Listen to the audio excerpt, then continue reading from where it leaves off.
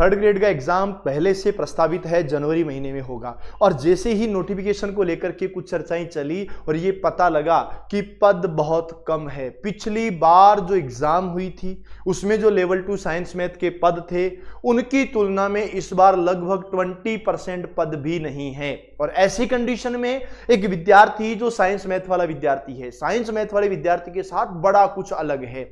जिस विद्यार्थी ने 12वीं में मैथ पढ़ा अब उसको बायो भी पढ़नी पड़ेगी, और जिस विद्यार्थी ने 12वीं में बायो पढ़ी, फिजिक्स केमिस्ट्री पढ़ी, अब उसको मैथ्स भी पढ़नी पड़ेगी। यानी एक विद्यार्थी कक्षा 11 के अंदर साइंस केवल इसलिए लेता है कि उसे मैथमेटिक्स बहुत मुश्किल लगती है, लेकिन इस एग्जाम में उसे मैथमेटिक्स पढ़नी पड़ेगी।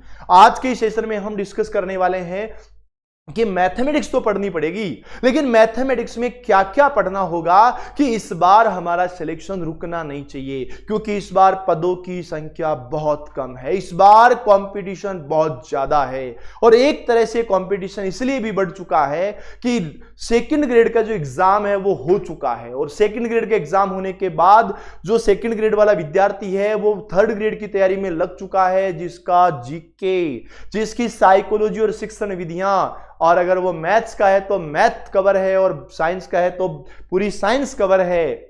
ऐसी कंडीशन में अब विद्यार्थी थर्ड ग्रेड वाले के साथ मुकाबले में है। तो मेरे भाइयों, हमें क्या क्या पढ़ना होगा, कितना पढ़ना होगा, कौन कौन सी चीजें पढ़नी होगी, वो आज हम इस सेशन में बात करने वाले हैं। फिलहाल आप लोगों के पास समय बहुत कम है और इस समय को सदुपयोग करना है। इस बार अगर एग्जाम निकालना है ना, तो आप लोगों का जो मेन फैक्टर होगा वो मेन फैक्टर गणित ही होगा। मैं पहले ये बता दूं कि मेन फैक्टर गणित क्यों होगा, उसके पीछे क्या कारण है, उसके बाद बताऊंगा कि तुम्हें क्या क्या पढ़ना है।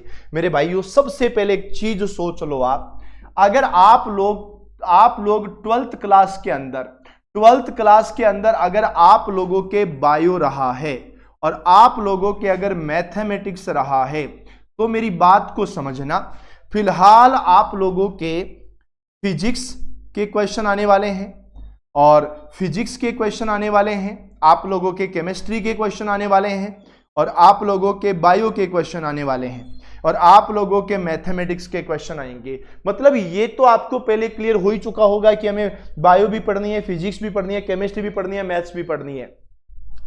यहां अगर हम बात करें बायो की, तो बायो के लगभग 12 क्वेश्चन मानो, केमिस्ट्री की अगर मैं बात करूं तो केमिस्ट्री के 8 क्वेश्चन मानो, और फिजिक्स की अगर मैं बात करूं तो आप 10 क्वेश्चन माने, और मैथमेटिक्स की अगर मैं बात करूं तो वो 30 क्वेश्चन मानिएगा। अब सबसे बड़ी चीज क्या है यहां पर जो आप लोगों को जरूर परेशान करेगी, और आप लोगों को इससे बचना है। अगर इससे बच गए तभी एग्जाम निकलेगा, वरना एग्जाम नहीं निकलेगा। ये बात विशेष ध्यान रख लेना।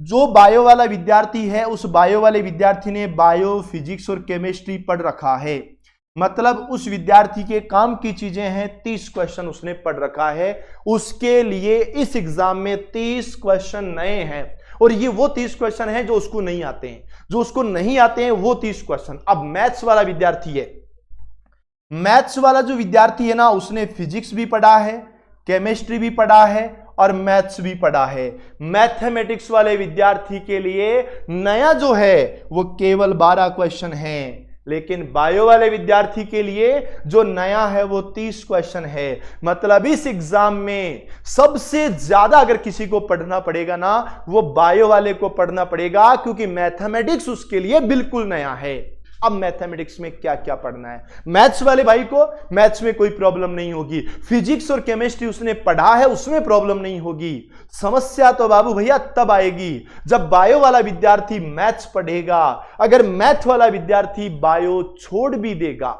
कम पढ़ लेगा, आधा पढ़ लेगा, तो भी किसी प्रकार की समस्या नहीं है, क्योंकि उसके लिए केवल 12 क्वेश्चन नए हैं। अगर 5 कर लेगा तो भी चलेगा, कोई दिक्कत वाली बात नहीं है। अब बात यह है कि आपको पढ़ना क्या क्या है। सबसे पहली बात, एग्जाम में एग्जाम जो है वो 300 नंबर का होगा, 150 प्रश्न आएंगे।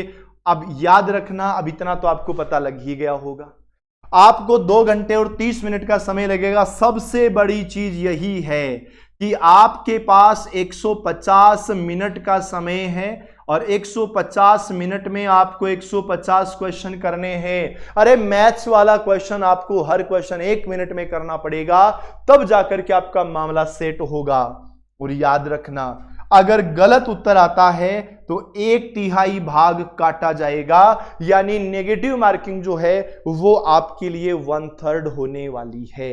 ये सबसे बड़ी चीज है कि नेगेटिव होगा। अगर आपने गलत किया तो नेगेटिव होगा, हर क्वेश्चन के लिए 1 मिनट मिलेगा। यहां पर देखेंगे कक्षा 6 से 8 तक के लिए, और पूरे सिलेबस को बहुत डिटेल से मैंने बताया है। याद रखना, आप लोगों के लिए जो गणित है, गणित के 30 प्रश्न आएंगे। और गणित में भी जैसे आप लोग विज्ञान पढ़ते हो ना, साइंस पढ़ते हो, तो वहां फिजिक्स होता है, वहां केमिस्ट्री होता है, वहां बायो होता है, वैसे हमारे यहां पर भी अंक गणित होता है, रेखा गणित होता है, त्रिकोणमिति होता है, ज्यामिति होता है, सब चीजें होती हैं अलग अलग। सबसे पहले अगर हम बात करें संख्या पद्धति की, संख्या पद्धति नंबर सिस्टम में आपको क्या क्या पढ़ना है। नंबर सिस्टम में आपको परिमेय और अपरिमेय संख्याएं पढ़ना है, कोई बड़ा पोर्शन नहीं है। वास्तविक संख्याएं और दशमलव प्रसार पढ़ना है। वास्तविक संख्याओं के लिए घातांक के नियम पढ़ने हैं। वर्ग और वर्गमूल पढ़ना है। घन और घनमूल पढ़ना है। यानी नंबर सिस्टम जो आपकी संख्या पद्धति है, अगर मैं यूं कहूं आपको, तो नंबर सिस्टम संख्या पद्धति में आपको इतनी बातें पढ़नी पड़ेगी। और ये आप लोग याद रखिएगा, एडवांस मैथ का पोर्शन मान लीजिएगा, बहुत इंपॉर्टेंट वाला है। और पिछली एग्जाम की बात करें, जो आपका 25 फरवरी वर्ष 2023 को सेकंड पारी हुई थी, पहली पारी के अंदर आपका लेवल 1 और लेवल 2 साइंस वाला जो है वो दूसरी पारी में था, ये पढ़ना होगा। उसके बाद में अगर हम लोग बीजगणित में चले जाते हैं, तो बीजगणित का देखो, अब हम लोग क्या करते हैं जी, हम इतना सा पढ़ते हैं सर बीजगणित तो एक ही तो टॉपिक है बीजगणित। अरे बावड़ों, एक टॉपिक नहीं है बीजगणित के अंदर। जो छोटे छोटे टॉपिक हैं वो 8 टॉपिक हैं। पहला है बहुपद में शून्यांक, दूसरा है शेषफल प्रमेय, तीसरा है बहुपद का गुणनखंड, चौथा है बीजगणित की सर्वसमीका, पांचवा है बहुपदों के शून्यांकों का ज्यामितीय अर्थ, और छठवां है विभाजन एल्गोरिदम, और सातवां है द्विघात समीकरण, और आठवां है 2 चर वाले रेखिक समीकरण। भाई ये अपने आप में कम नहीं है, एक बड़ा सिलेबस है। लेकिन यहां से अगर आप बात करेंगे तो 4 से 5 क्वेश्चन यहां से कंफर्म आते हैं।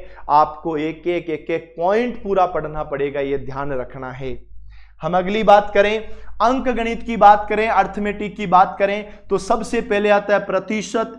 प्रतिशत में वृद्धि और प्रतिशत में कमी की जो दर है वो आती है। दूसरा लाभ और हानि का टॉपिक आएगा। तीसरा सरल ब्याज आएगा।